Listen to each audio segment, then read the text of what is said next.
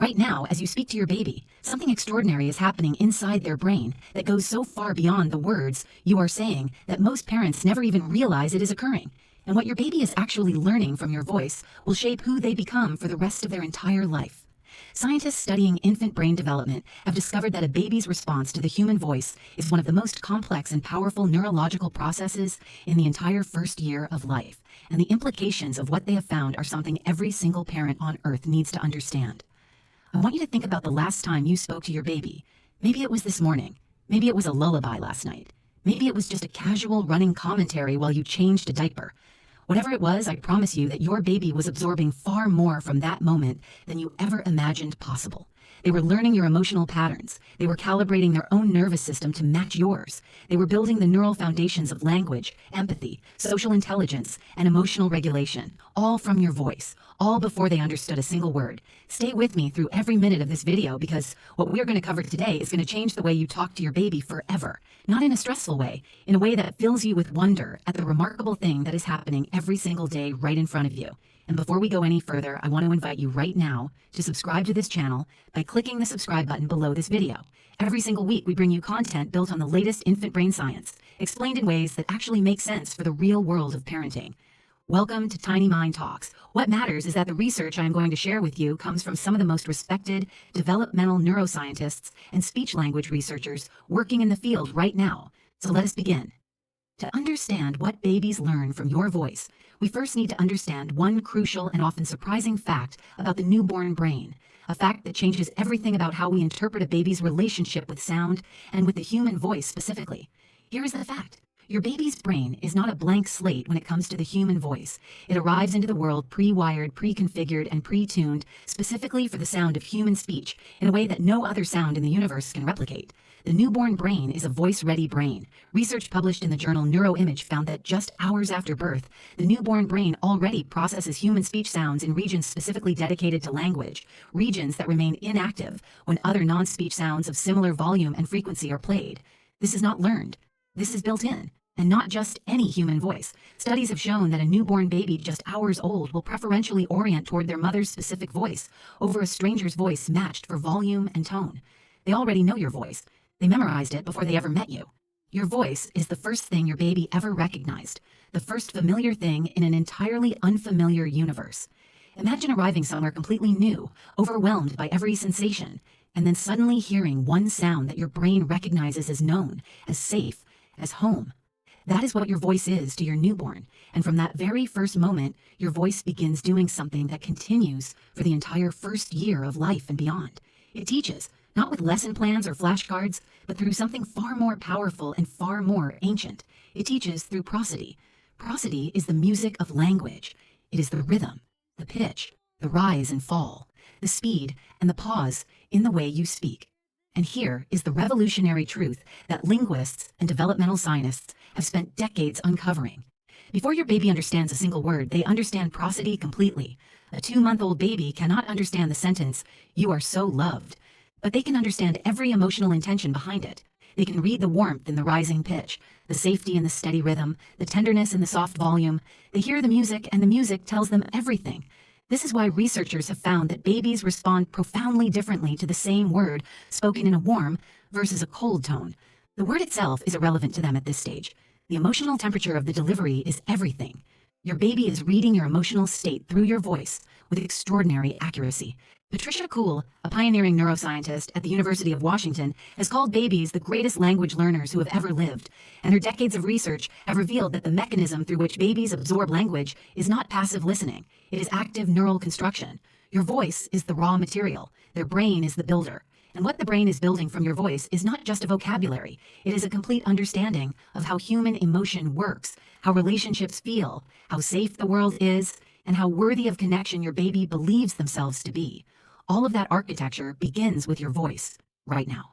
Now I want to talk about something that every single parent does, naturally, instinctively, and usually without even realizing they are doing it. Something so universal that researchers have documented it in every human culture ever studied. It is called child-directed speech, and it is one of the most powerful developmental tools ever discovered. You probably know it by a different name, motherese, or baby talk.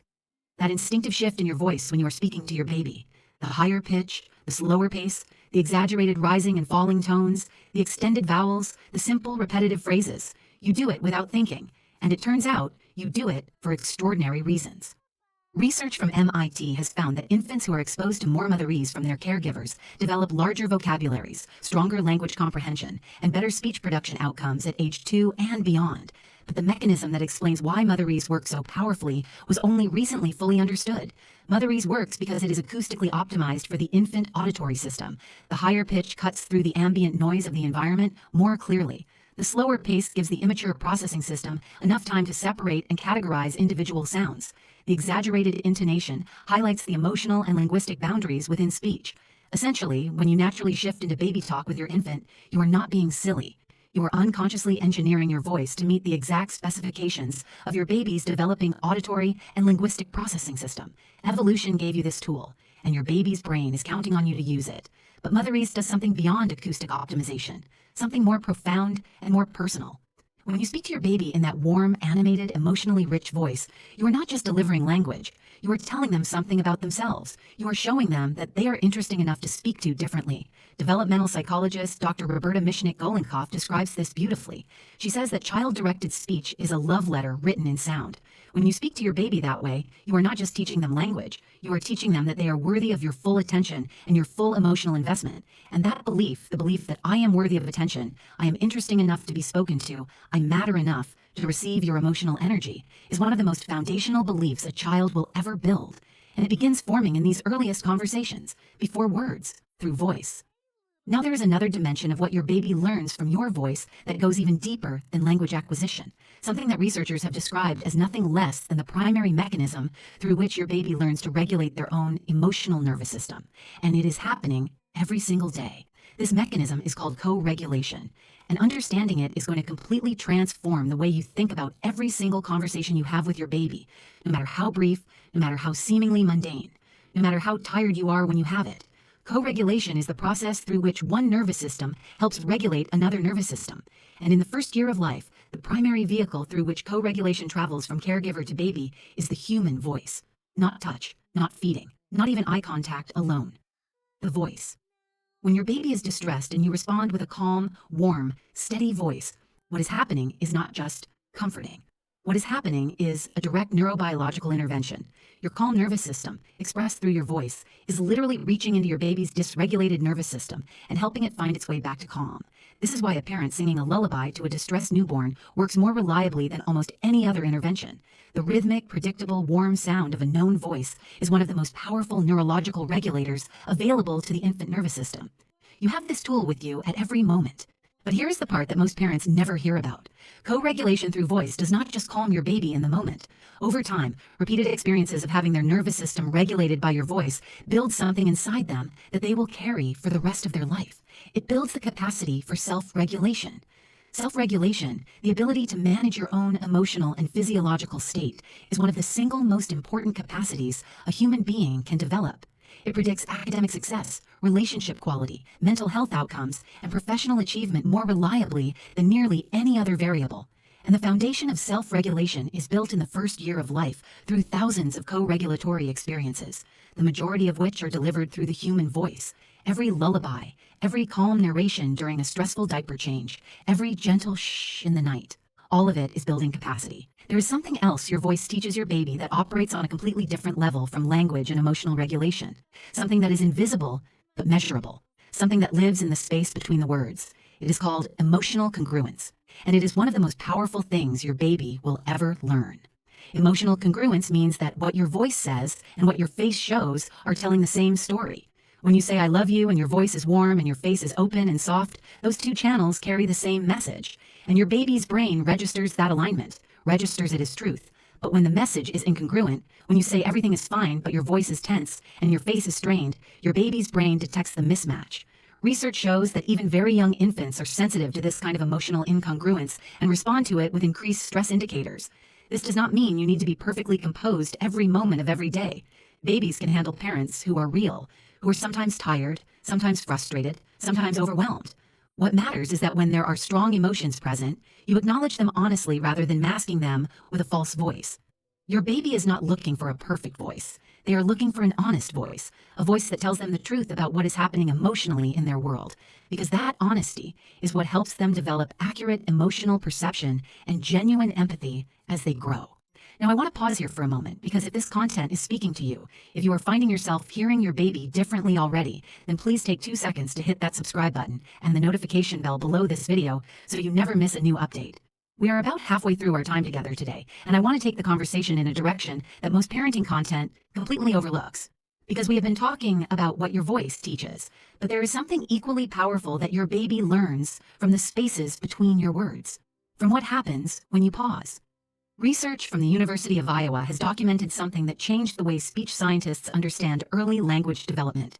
They found that the pauses a caregiver leaves after speaking to their baby, the intentional gaps of silence, are just as important as the speech itself in driving language learning. When you speak to your baby and then pause, waiting for them to respond, you are doing something extraordinary.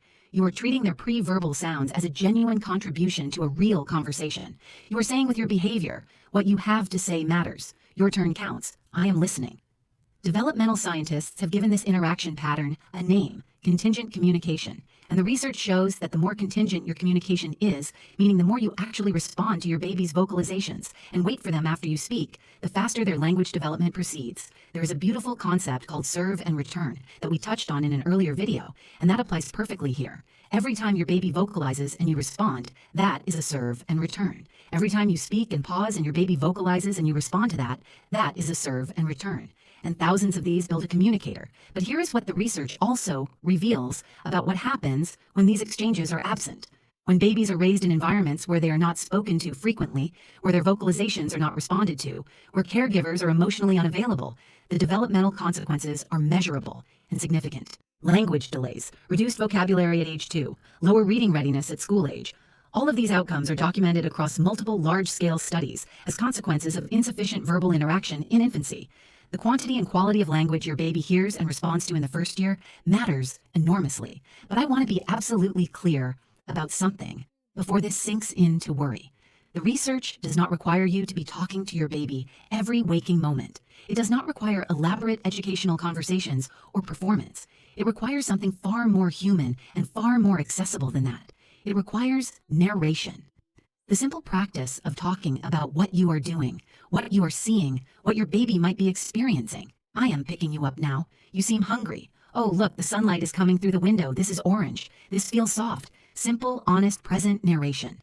Hart and Risley, in one of the most influential studies ever conducted on early language development, found that children from language-rich environments hear approximately 30 million more words by age 3 than children from language-sparse environments. And that gap predicted reading and academic performance years later. Now, I want to take you into the most subtle and perhaps the most profound dimension of what babies learn from your voice. Something that goes beyond words, beyond prosody, beyond even co-regulation. Something that researchers call the emotional vocabulary that is transmitted voice to nervous system. From the very first months of life, your baby is building what psychologists call an emotional lexicon. Not a vocabulary of words, but a vocabulary of feelings. They are learning to recognize, categorize, and eventually name the full spectrum of human emotional experience. And their primary textbook is your voice. Research from the University of California has found that infants as young as 5 months can reliably distinguish between happy, sad, angry, and fearful vocal tones, even in a language they have never heard before. They are not recognizing words. They are reading the universal emotional language embedded in vocal prosody. Your baby is the emotional linguist of extraordinary sophistication. And the richer and more varied the emotional palette that your voice expresses, the richer and more sophisticated the emotional vocabulary your baby builds. This does not mean performing emotions. It means being genuine with them. Daniel Stern, the developmental psychologist, wrote that the mother's voice is to the infant what color is to the painter, the primary medium through which the entire world of emotional experience is introduced, explored, and eventually understood. Your voice is not just communication. It is the medium through which your baby learns what it means to feel. There is something specific I want to give you today. A practical tool you can start using in your very next conversation with your baby. It is called emotion labeling, and the research on its developmental impact is extraordinary. It takes no extra time. It requires no special training. It only requires your voice and your presence. Emotion labeling is exactly what it sounds like. When you notice an emotional experience in your baby, in yourself, or in the world around you, you name it out loud in simple, warm language. You seem frustrated right now. That was surprising. I feel tired today. Look at how excited those birds are. Simple, honest, consistent. Research published in Child Development has found that children whose caregivers used consistent emotion, labeling in infancy and toddlerhood showed significantly stronger emotional intelligence, better conflict resolution skills, and greater empathy toward peers by the time they reached preschool age. And here is why this matters at the neurological level. When an emotion is labeled by a calm, connected voice, it activates the prefrontal cortex, the rational thinking part of the brain, and down-regulates the amygdala, the alarm center. Literally, naming the feeling in a warm voice helps the brain process and manage that feeling more effectively. You are literally using your voice as a neurological regulation tool every time you name what your baby seems to be feeling. I know, you are hungry, and that is uncomfortable. I see you. You seem tired. It is okay to feel that way. These simple sentences are building your baby's entire emotional processing system. And perhaps most profoundly of all, every time you label your baby's emotional experience with warmth and accuracy, you are sending them a message that will reverberate through every relationship they ever have. You are telling them your inner world is real. Your feelings are valid. You do not have to be alone inside them. That is not a small thing. That is the foundation of mental health. That is the difference between a child who grows up able to articulate their inner world and seek appropriate support when they need it, and a child who grows up disconnected from their own emotional experience. All of it starts here, with your voice, in the first year. Now, I want to talk about 3 specific ways that you can deliver your voice to your baby that research has shown to be among the most developmentally powerful things you can do. None of them cost anything. All of them take only the time you already spend with your baby. The first is singing. Research consistently shows that infants respond to singing with heightened attention, lower cortisol levels, and significantly greater positive affect than they do to spoken language, even warm spoken language. The combination of rhythm, pitch variation, and the emotional warmth of a parent's singing voice is something the infant brain finds profoundly organizing. You do not have to be a good singer. Your baby does not care about pitch perfection. They care about you. They care about the warmth in your voice and the safety in your rhythm. A slightly off-key lullaby from someone they love is neurologically superior to a perfectly performed one from a stranger. The relationship is the medicine. The second powerful voice tool is reading aloud. Even before your baby understands narrative, even before they can follow a story, reading aloud to your baby delivers an acoustic experience of extraordinary richness. The varied vocabulary of books, the expressive performance of a parent's reading voice, the shared attention of a lap in a book. Studies from Harvard show that babies who are read to from infancy develop measurably larger and more complex neural networks for language by the time they start school. Not because they understood the books, because they experienced the acoustic richness and emotional connection of a parent's reading voice directed specifically at them. The third, and perhaps most continuous tool, is narration. Simply talking to your baby about what is happening in the world around them. Running commentary that treats them as an intelligent, curious, worthy recipient of your observations. Not performances, not lessons, just honest, warm, real-time narration of shared experience. The extraordinary thing about narration is that it is completely free, available in every environment, requires no preparation, and can happen during what would otherwise be purely functional caregiving moments.